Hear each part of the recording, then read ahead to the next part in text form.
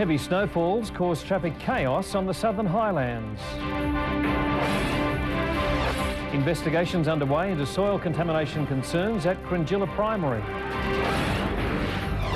And police target crime hotspots during a midnight blitz. Win News Late Edition with Geoff Phillips. Good morning. A winter's blast has brought blizzard conditions on the Southern Highlands and wild weather on the coast. Snowfalls caused traffic chaos on the Hume Highway from Mittagong to Goulburn as equipment was brought in to clear the snow and ice. The major link reopened at midday, while the Kings Highway between Batemans Bay and Canberra reopened late yesterday afternoon.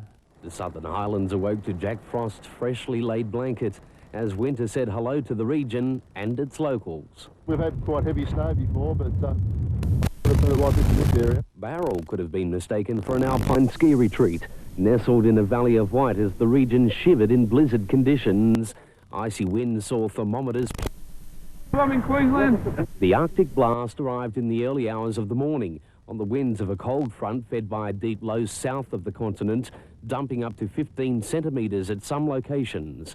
And while many were in awe of the sight, and with some taking advantage for mischief, many others, the harsh reality set in as Monday's routine began. Just blown away by it, mate, that's all.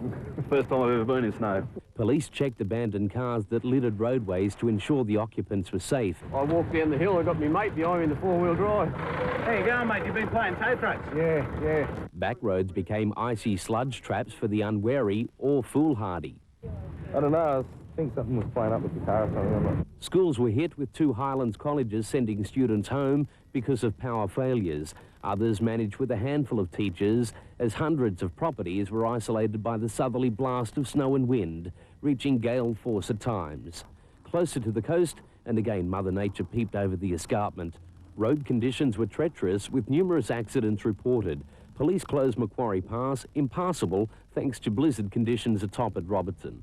Again, gale force winds caused havoc for householders and emergency service crews, with trees felled and power lines downed. This carport victim of the tempest.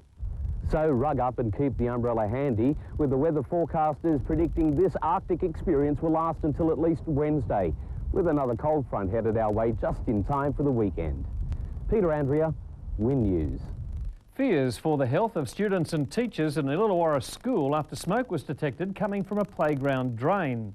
There are claims Cringilla Primary School is built on an industrial wasteland, a so-called cancer cluster which claimed the lives of 5 Warrawong High School students, still fresh in the minds of many.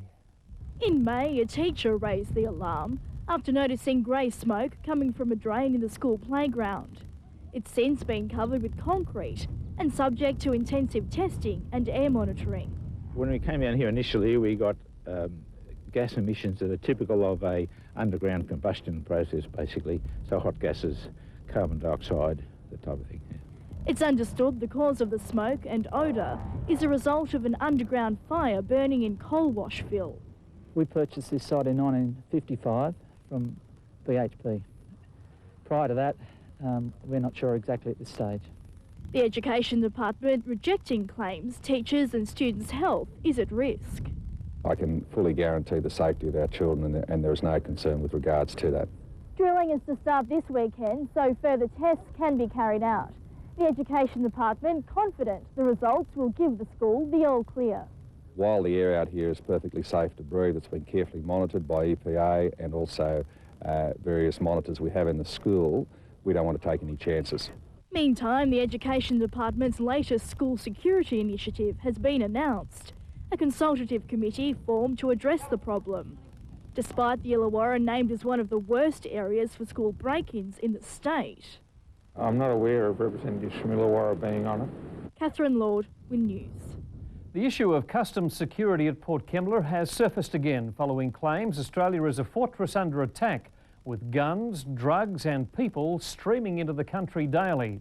It's an issue pursued by federal Throsby MP Colin Hollis, with claims Port Kembla Customs is badly understaffed despite federal government denials. The Labor opposition has renewed calls for the creation of a Coast Guard despite the part-time water police presence at Port Kembla. The $2 billion cost, though, rejected by Defence Minister Peter Reith. Police have continued targeting pubs, clubs and night spots during a massive crackdown on street crime. Operation Street Safe, according to police, returning the streets to the people. Despite a growing outcry from civil libertarians, police continued the use of sniffer dogs while blitzing Illawarra hotels and nightclubs. Making no apologies, Operation Street Safe focused on the location of illegal drugs and weapons, a tactic that paid off. For most hotel patrons, the intrusion was an interesting diversion. For others, a more serious result, with several patrons questioned and searched after attracting the interest of the keen-nosed investigator. Numerous charges were laid, including the arrest of a 19-year-old Ballarang man allegedly found in possession of a small quantity of cannabis and a replica pistol, which he claimed he kept for personal protection. A 40-year-old Berkeley man arrested over the possession of 3 caps of heroin, police seizing knives and a cricket bat from another offender. 2 Port Kembla prostitutes were also charged with possessing cutting implements. Officers also arrested a man described as a high-risk offender. Saturating roads, Operation Street Safe also produced results, with numerous unlicensed drivers busted, as well as several motorists charged for drink-drive offences, including one man arrested and charged with drink driving on consecutive days. Police warn the street blitz will continue as they return the streets to the people. Peter Andrea, Win News. A 61-year-old man has died on the Southern Highlands after he became trapped under an industrial wood chipper at Braemar near Mittagong. Police say there were no suspicious circumstances. The man's name has not yet been released. Hundreds of people have braved the winter weather to protest Wingecarribee Council moves to close 2 swimming pools. The proposal to close Mittagong and Moss Vale pools to fund an aquatic centre with heated pool at Bowral was always going to provoke opposition. But few would have expected up to 500 people to turn up on a wet, blustery Sunday afternoon to express their dismay. It will be impossible for schools in Mittagong and Moss Vale to afford to put on buses to send children to swimming lessons at a centralised pool. They really need to have a pool they can walk to and that's affordable.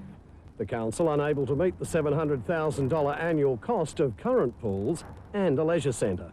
We're too small here, and it would represent about 15% of our rate income on pools. It's not on. But despite an investigation by an independent consultant, locals aren't convinced all needs have been taken into account. We don't want Moss Vale pool closed. We don't want Bowral pool closed. We don't want Mittagong pool closed. All we want to hear from the council is how they're going to improve our pools. Any councillor thinks that the people haven't spoken, well, that councillor hasn't been listening. Alan Clark, Win News. Coming up next on Win News, the Bradman Museum acquires 2 controversial letters and linking the far south coast's retail industry.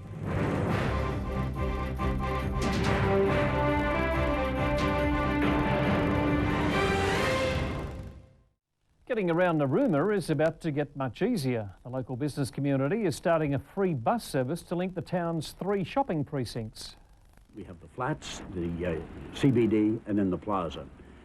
It's particularly hilly, as you probably noticed, in Narooma. The 75% of the population are retirees. They've got to climb up and down those hills. So we thought, how do we bring this town together? Why not put on a bus that will just serve it? And that's exactly what they're doing. From the 30th of September, the Whale Bus will circulate around the town, carrying locals and tourists for free, thanks to sponsorship from local clubs and businesses. Will also be very much the responsibility of every retailer in this town. We want them all to buy blocks of tickets. They will give these tickets away to the locals and to the visitors. The payoff, the chance to attract new business with the Whale Bus tickets. The individual retailer will be able to stamp his name and offer further incentives. For instance, stay at the Coastal Comfort Motel, my vested interest, with a draw every month. The name Whale Bus chosen to reinforce one of the town's major tourist attractions, the chance to see whales frolicking off the notorious Narooma Bar. Open the door to Narooma, because you know, in spite of the rain today, we are probably one of the nicest places to live in the world. Alan Clark, Win News. A group of business people who bought 2 controversial letters written by cricketing great Sir Donald Bradman has donated them back to the Bradman Foundation. The letters reveal a rift between Sir Donald and fellow champ Greg Chappell at the height of the 1977 World Series cricket saga. Chappell auctioned the letters along with other cricket memorabilia in Melbourne last month. The anonymous group of business people, which calls itself SAVE, which stands for Some Australians Value Ethics, bought the letters for $18,800. Save claims people with letters from Sir Donald Bradman should regard them as an honour and not sell them for personal gain. Wollongong City Centre is under the microscope again. The City Council hosting a 2.5-day workshop expected to establish a vision and overall planning and design framework. It's 4 years to the day since the last major study into Wollongong City Centre was released, the so-called Lation report recommending a new multi-screen cinema along with other strategies for revitalising the city. Calls for revitalisation of the city centre have been coming from business groups and property owners for more than a decade. We're saying that we've travelled this path before and we need City Council to lead the way, but we need more than rhetoric. We need to move on, and this is a good opportunity to try to develop some strategies to do that. Some of the practical product coming out of the exercise will be design briefs for different parts of the city. For example, if there's revitalisation of the western end of Crown Street, the City Centre Mall, Council has a budget for doing some design work in that area. Cooperation between stakeholders the key to progress, the university a major player. They're pivotal to all this. It's the University of the Year for the last 2 years. We need to form a closer relationship with the business community. We need to develop the IT&C opportunities down here, and that's one of the reasons that we've been supportive of the redevelopment of Brandon Park. Alan Clark, Win News. A visiting Victorian team has outclassed its opponents at the National Agility Challenge held in Wollongong at the weekend. The competition attracting the country's top canines. It was canine chaos at Wollongong's JJ Kelly Park at the weekend as 500 pampered pooches descended on the region for the annual Uncle Ben's Agility Challenge. Club patron Lord Mayor George Harrison on hand to greet the Cundy competitors who hailed from as far afield as Western Australia. And then it was down to business, handlers taking team members through their paces.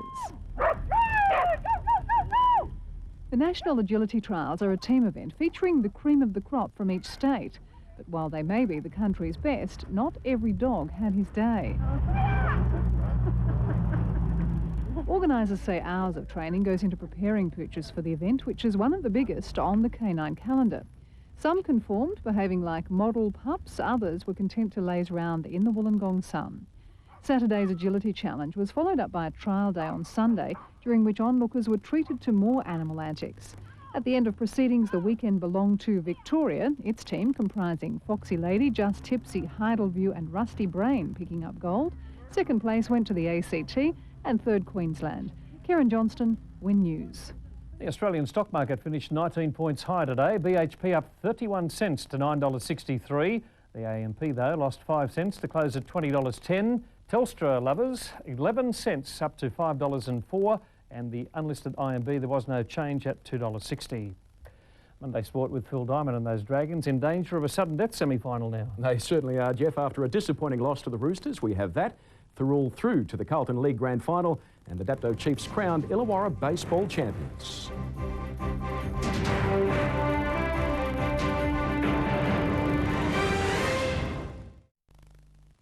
This Friday night's final round match against the Bulldogs will decide the Dragons' semi-final fate. The club has slipped to 7th on the ladder following yesterday's 13-point loss to the Roosters and are now in danger of a sudden death semi-final against minor premiers Parramatta. The match was a crucial one for both sides, with the finals only a fortnight away. Tempers frayed in the opening exchanges. The Dragons were first to strike, Nathan Blacklock showing great skills to cross, taking his season tally to 25. We spoke about it all week to start well, and we did start really good, and then after 20 minutes we just went downhill, mate. Stung by a midweek players poll, Roosters captain Brad Fittler hit back minutes later. Two Craig Fitzgibbon penalty goals edged the Roosters ahead by 4. They look set to go further ahead minutes later. Fitzgibbon again doing the damage with a charge down. Barrett forced to clean up and getting revenge. That set the scene for the Dragons to attack, catching the Roosters short on the blind side. Amos Roberts delivering the final pass for second rower Darren Tracy to go over. It's Tracy away! How quickly things can turn! The Roosters went to the break ahead by 4, a towering Brad Fittler bomb coming off the crossbar to provide the perfect bounce for Chris Flannery to go over in the corner. As conditions deteriorated, the Roosters went to the air, a Fitzgibbon penalty goal and Fittler field goal extending the margin to 7. A Shannon Hegarty try sealing the Roosters' victory 25 points to 12. The Dragons now setting their sights on the Bulldogs this Friday night. It's a big game for us, and if we can win, we can even jump the 5th spot if a few results go our way, so very important. Dapto will meet Thirroul in a replay of last year's Carlton Illawarra League Grand Final, following the Butchers' hard-fought 11-4 win over Collegians in yesterday's final. Thirroul sealing the win after both sides were locked 4-all at the break. Despite appearing to have the better of their opposition in the first half, Collies failed to take advantage of their breaks. The Butchers' defence particularly strong inside their quarter. On numerous occasions, the Red and Blacks went within centimetres of scoring. Eventually, after sustained pressure, Collegians were rewarded with fullback Richard Turner diving over from dummy half. A thumping run from centre Fuad Soljetovic got the Butchers on the board, running 40 metres before crashing through the Collies' covered defence to score wide out. Amid lightning, referee Alan Sercombe stopped the game until the weather cleared. Skipper Aaron Beath pulling off a try-saving tackle before being replaced himself after this hit-up dislocated his shoulder. Early in the second half, centre Shane Scribiris latched onto a wayward pass and raced away to score wide out, and with a conversion, the Butchers led 10-4. With weather conditions deteriorating, Scribiris then slotted over a field goal. Tempers flared as the match went on, both sides throwing everything into the game. Thirroul will now meet Dapto in the grand final, Canaries coach David Walsh and company keen spectators. The Butchers confident of having a number of players injured in yesterday's game back on deck for the big one. The Illawarra Hawks have suffered back-to-back losses against the Brisbane Bullets in a pre-season hit-out. Despite a 21-point haul by Hawks co-captain Matt Campbell, the Bullets took game 1, 114 to 106. The Bullets again proved too strong in game 2 with a 117 to 90-point win. The Hawks' next trial match is against the Sydney Kings on Friday night in Terrigal. The Wolves have opened their 2-match pre-season tour of China with a 1-0 win over club champion side Liaoning. Sasho Petrovsky scored the Wolves' goal in the 33rd minute of the play in front of 20,000 Chinese soccer fans. Coach Ron Corrie happy with the way the club's new signings performed ahead of Friday night's second match against Shanghai. 5/8 Chris Doyle has steered Shamrocks to the Illawarra Rugby Grand Final. Doyle kicked 4 penalties in a conversion to help his side to a 19-0 whitewash over Tech Waratahs. A big crowd turned out for the final, with both sides giving nothing away in the opening stages. Up against a strong win, the Shamrocks' backs returned the ball well, setting a good platform. Chris Doyle scoring the only first half points with a penalty to give Shamrocks a 3-0 half-time lead. Tech Waratahs 5/8 Lee Martin tried to lift his side after the break, but solid Shamrocks defence shut down any opportunities. Doyle stretched Shamrocks' lead to 6 early in the second half. Tech Waratahs fly half Rod Petty looked set to get his side on the board, only to be denied by the referee. Repeated infringements by Tech Waratahs handing Shamrocks easy points. Doyle again on target with the boot. It didn't matter what part of the field they were from, the Shamrocks 5/8 took full advantage. Replacement Richard Aylett put the icing on the cake, crossing for a 19-0 victory. Shamrocks will now meet minor premier Campbelltown in Saturday's grand final at Wynn Stadium. Brett Rodwell, Wynn News. Dapto Chiefs have taken out this year's Illawarra Major League Baseball Grand Final, taking out the third and deciding game against Berkeley in their best-of-3 series. The win giving Chiefs their first crown in 6 years. Played at Fred Finch Park, the Chiefs won the deciding match in the series 9 runs to 4. The Chiefs' victory spearheaded by opening pitcher Tim Inglis, who produced his second complete and winning game in the grand final series.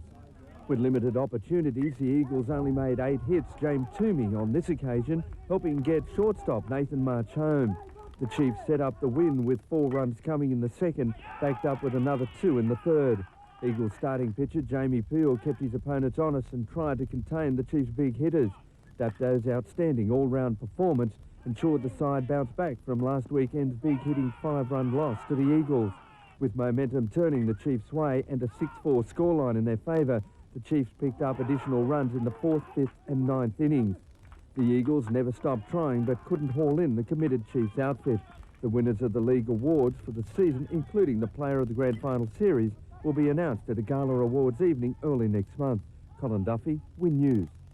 And congratulations to the John Shields-trained Browley Dolphins under-18 rugby union side through to next weekend's ACT First Division Rugby Union Grand Final against St Edmunds College after a resounding 33-12 win over the Tuggeranong Vikings. And on that note, that is Monday's Sport, yeah. Thanks, Phil. Stay with us. What you want is next. All the weather details. Then musicians raising the roof at Glenipper Bray.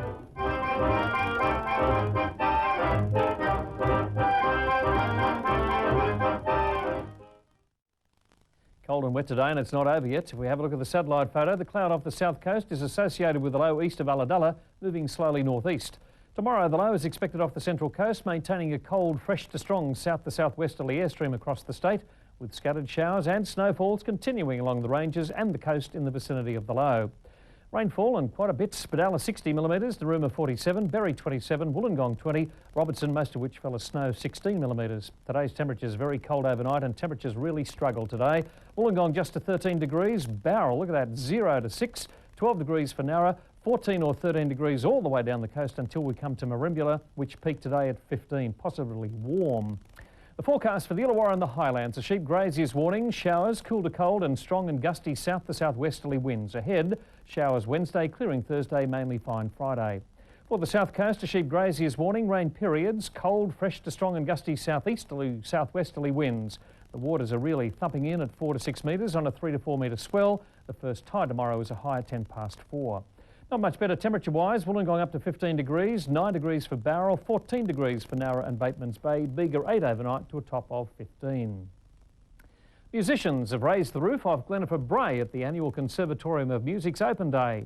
The aim of the event to encourage youngsters to take up an instrument. Wollongong's beautiful botanic gardens sparkled yesterday as hundreds poured through the gates to sample the sounds of the Illawarra.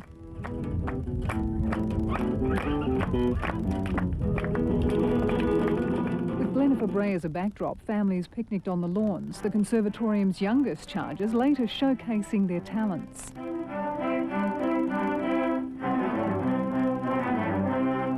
Proud family members lined the performance marquees as the region's budding young musos entertained the masses, some keen to get in on the act themselves.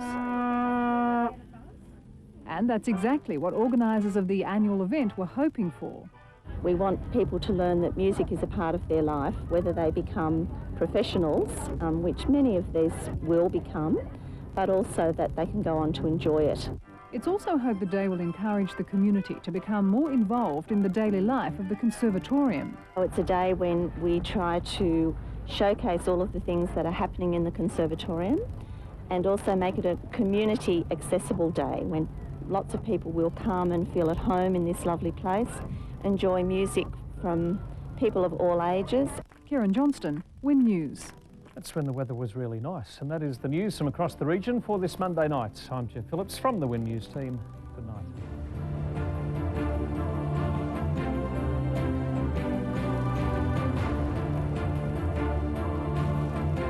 This has been a Win News presentation from Australia's largest regional television network.